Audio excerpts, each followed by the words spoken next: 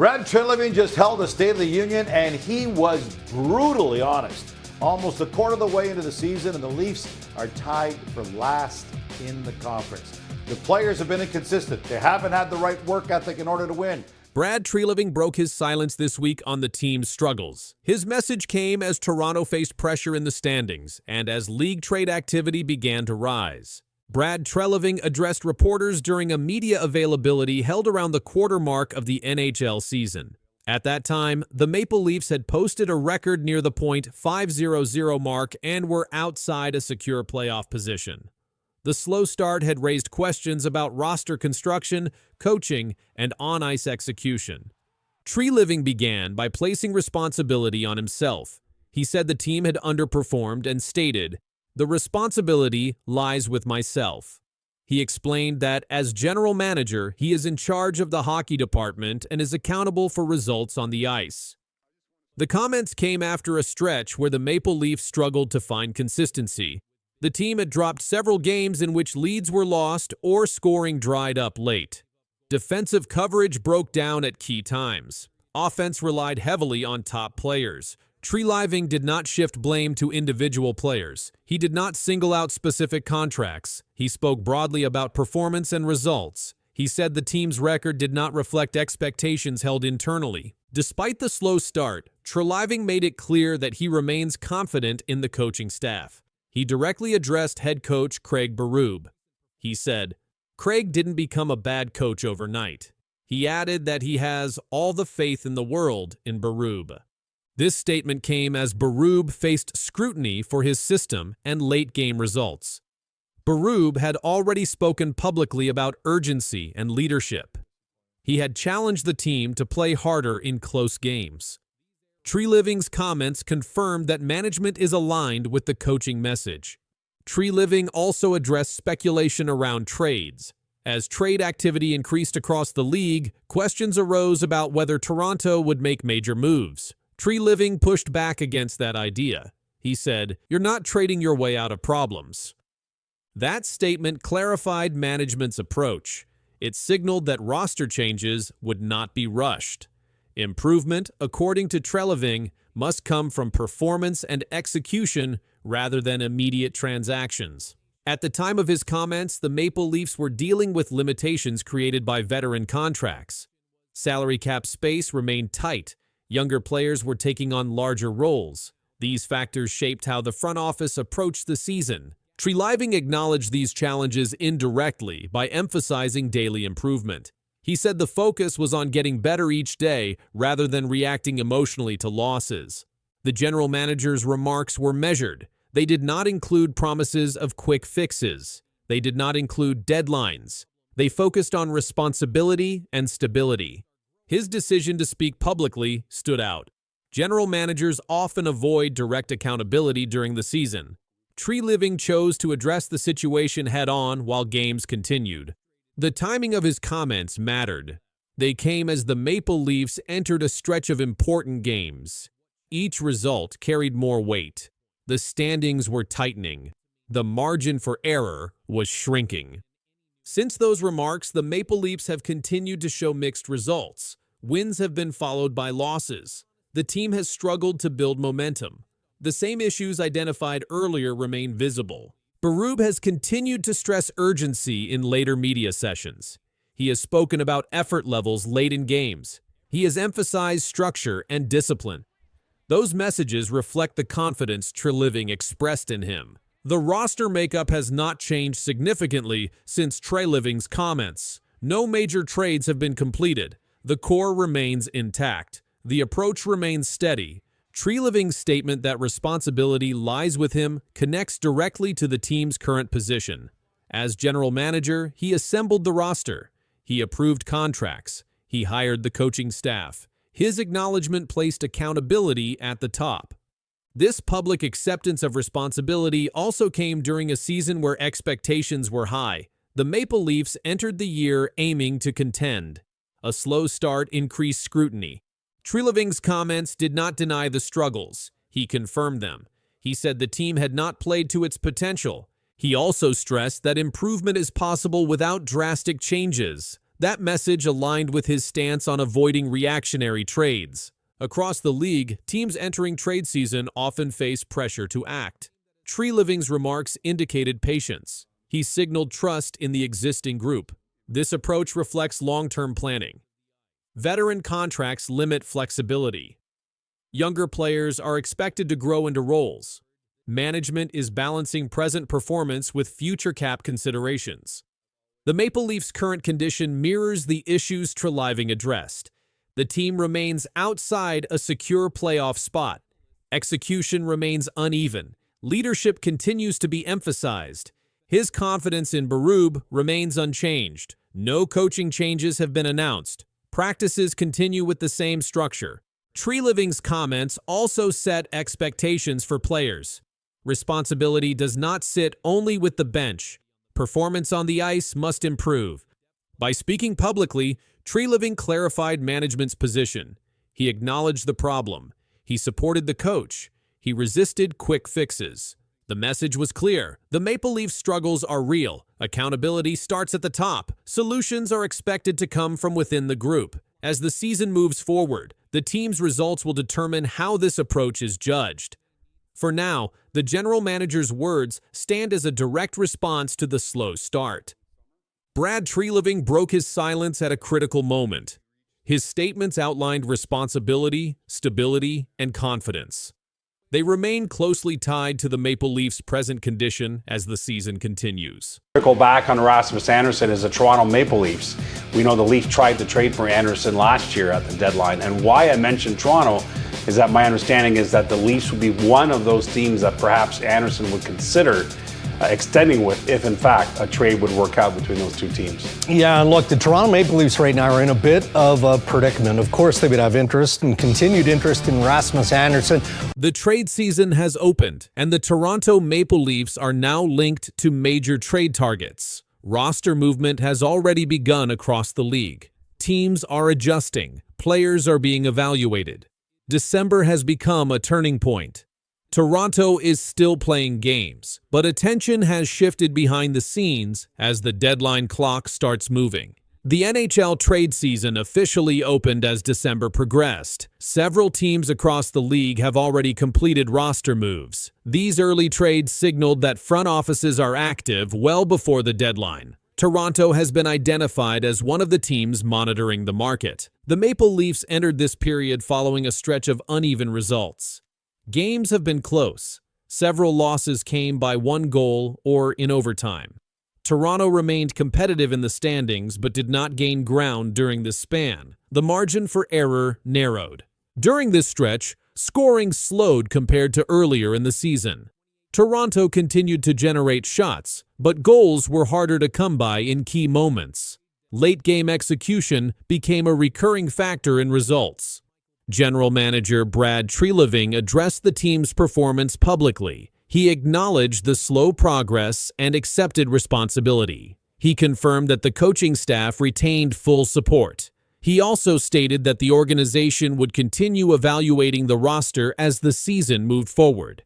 As trade season opened, league tracking systems showed an increase in trade discussions across multiple teams. Toronto's name appeared in reports tied to possible top 6 forward upgrades.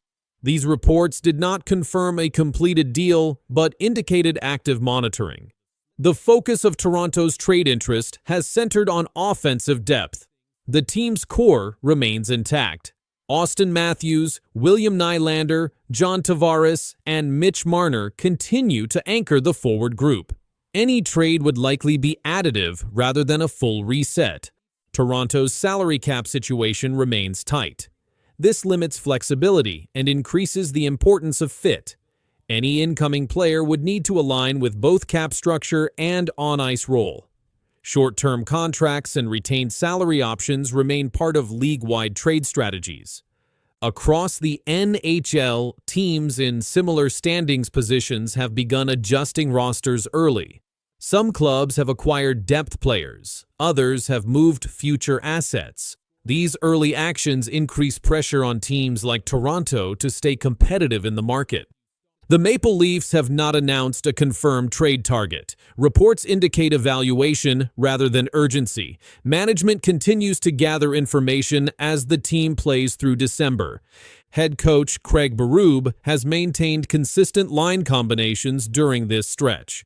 Line adjustments occurred due to illness and minor injuries, but the top core remained intact. Practice sessions continued with an emphasis on structure and defensive responsibility. William Nylander remained a key contributor. During the season, he became the franchise leader in overtime goals. His scoring provided key moments during close games. Nylander continued to log heavy minutes. John Tavares continued in a top six role. Earlier in the season, he recorded his 500th career NHL goal. He remained active on the power play and in late-game situations. Morgan Reilly continued to lead the defensive group in ice time. Toronto's blue line faced pressure during close games, particularly late in regulation. Defensive zone execution remained a point of attention. Trade discussions around the league often intensify after early December. Teams assess playoff position, injury status, and roster performance. Toronto's position placed them in a category where improvement could change outcomes quickly. Brad Treliving did not indicate a timeline for a move. He emphasized evaluation rather than reaction. This approach aligned with Toronto's recent history of measured trade decisions. League records showed that several teams began moving players before the calendar turned to January. This early activity created a faster-moving market. Teams waiting too long risk fewer options. Toronto's front office continued to balance present needs with future assets. Draft picks and prospects remain valuable currency. Any trade would need to justify the cost. The Maple Leafs continued to travel and play during this period. Games were scheduled closely together. This limited practice time and placed added value on roster stability. Despite trade rumors, Toronto's players continued to address media availability following games. Comments remained focused on performance and execution rather than speculation. As December progressed, league insiders continued linking Toronto to possible forward help. These links reflected league-wide expectations rather than confirmed negotiations. The Maple Leafs remained within range of top spots in their division. A small improvement in scoring efficiency could shift results. This reality increased the relevance of trade discussions. Roster changes elsewhere in the league reshaped matchups. Teams that improved depth early gained momentum. Toronto monitored these developments closely. Trade season operates under specific rules. All deals must fit under the salary cap. Players with trade protection clauses add complexity. These factors shape every discussion. Toronto's management team continued internal meetings while games continued. Performance data, usage, and matchups were reviewed daily. The Maple Leafs' situation remained fluid. No final decisions were announced. Monitoring continued as the league moved closer to the deadline window. The trade market remained active. Toronto remained linked. The season continued. From the second the Leafs acquired Chris Tanev and then signed him to his multi-year deal, he's been their steadiest, most dependable blue liner, so missing him is going to hurt. A quiet storm is forming around the Toronto Maple Leafs today. Fresh reports show new trade names, unexpected injury news, and rising pressure on key players. Inside the team, talks have started to speed up, and small moves may turn into something much bigger.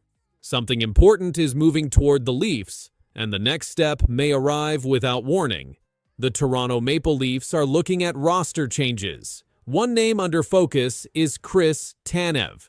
Reports say he is dealing with injury problems, and some discussions inside the team include the possibility of surgery. This development has added new energy to trade rumors. If surgery becomes needed, the team may have to act quickly to replace minutes on defense. The team's goalie situation is also a major part of these talks. Both Joseph Woll and Anthony Stolarz are on injured reserve. These injuries leave rookies and younger goalies to carry the crease. Dennis Hildeby and Artur Akhtiamov are the active goalies available right now. Because of this, many insiders expect the Maple Leafs to look for a short-term goaltending fix. One name that has come up is Laurent Brossoit. Reports say his contract and NHL experience make him a possible target for the team. With 2 injured goalies, the Leafs may need someone who can step in and help right away. This is part of why trade pressure has grown inside the front office. The situation on defense is also part of the story. With Chris Tanev's injury and the talk around surgery, the Maple Leafs may have to adjust the blue line. Analysts have suggested the team could trade a depth defenseman or look for a veteran defender before the next phase of the season. Some of these moves could protect the team from losing stability on the back end. Inside the organization, reports show that the Leafs have divided players into groups. The groups include core players who are not expected to be traded, protected depth players, and players who could be moved if the right deal appears. This breakdown helps the team manage cap space and prepare for decisions as the trade deadline moves closer. Another name appearing in reports is Matias Maccelli. Some rumors say management may consider moving him if an upgrade becomes available. In one set of reports, a possible swap involving former Maple Leafs forward Michael Bunting was mentioned. No official offer has been confirmed, but the idea is gaining attention inside trade discussion circles. The reason behind a possible Bunting for Maccelli type move is simple. Bunting has NHL experience and past scoring success with Toronto. He has played on top lines before and has worked well in fast offensive systems. Maccelli, on the other hand, has not secured a full-time spot in the lineup and has been a healthy scratch. Some discussions suggest a roster reset could help both sides. The timing of these rumors is important. Injuries across the team have created pressure. With 2 goalies on injured reserve and the blue line dealing with questions about Tanev, the Maple Leafs may have to move sooner rather than later. Some analysts think Brad Treliving may use the next few games to test depth, evaluate trade value, and measure what the team needs most. More reports have also said that other NHL teams are watching the Leafs closely. One report said the Pittsburgh Penguins have interest in a veteran Maple Leafs defenseman. This could speed up talks if the Leafs decide they need to adjust the defense quickly because of Tanev's condition. This outside interest adds another layer to the situation. If the Penguins are serious about adding a veteran defenseman from Toronto, it could open more space for the Leafs to bring in a new defender or a new forward. This type of trade could also help Toronto clear salary or create a roster slot for another move. Younger players and prospects are also paying attention. If the Maple Leafs trade away veteran players or depth pieces, roster spots could open. This could give young forwards more ice time and a chance to show what they can do. It might also push the Leafs to review which young skaters are close into a full-time role. Dennis Hildeby's recent play has also added new information to this story. As he and Artur Akhtyamov carry the workload, the Leafs get a closer look at their future in goal. If one of the young goalies shows they can handle more games, it could influence whether the team makes a trade for someone like Brossoit. If not, the pressure to make a move will continue. Inside the front office, Brad Treliving is now facing many decisions at the same time. The injuries, the trade interest from other clubs, the possible surgery for Tanev, and the need for goalie help all appear in reports from the past day. Each part of this story connects to the others. If one part changes, the entire trade plan may shift. This situation also affects the lineup each game. If Tanev is out, the defense has to be adjusted. If no goalie is added soon, the rookies will continue to play important minutes. If a forward is moved, someone else must step in. This is why each report points to the same idea. The Leafs may be preparing for roster changes. The trade deadline is getting closer, and every game gives the front office more information. Each new report in the last 24 hours adds more to the story. The pressure from injuries, the talk around Tanev and surgery, the goalie concerns, the young players waiting for ice time, the interest from Pittsburgh, the discussions around Bunting and Maccelli. All of these updates show a team preparing for a possible major move.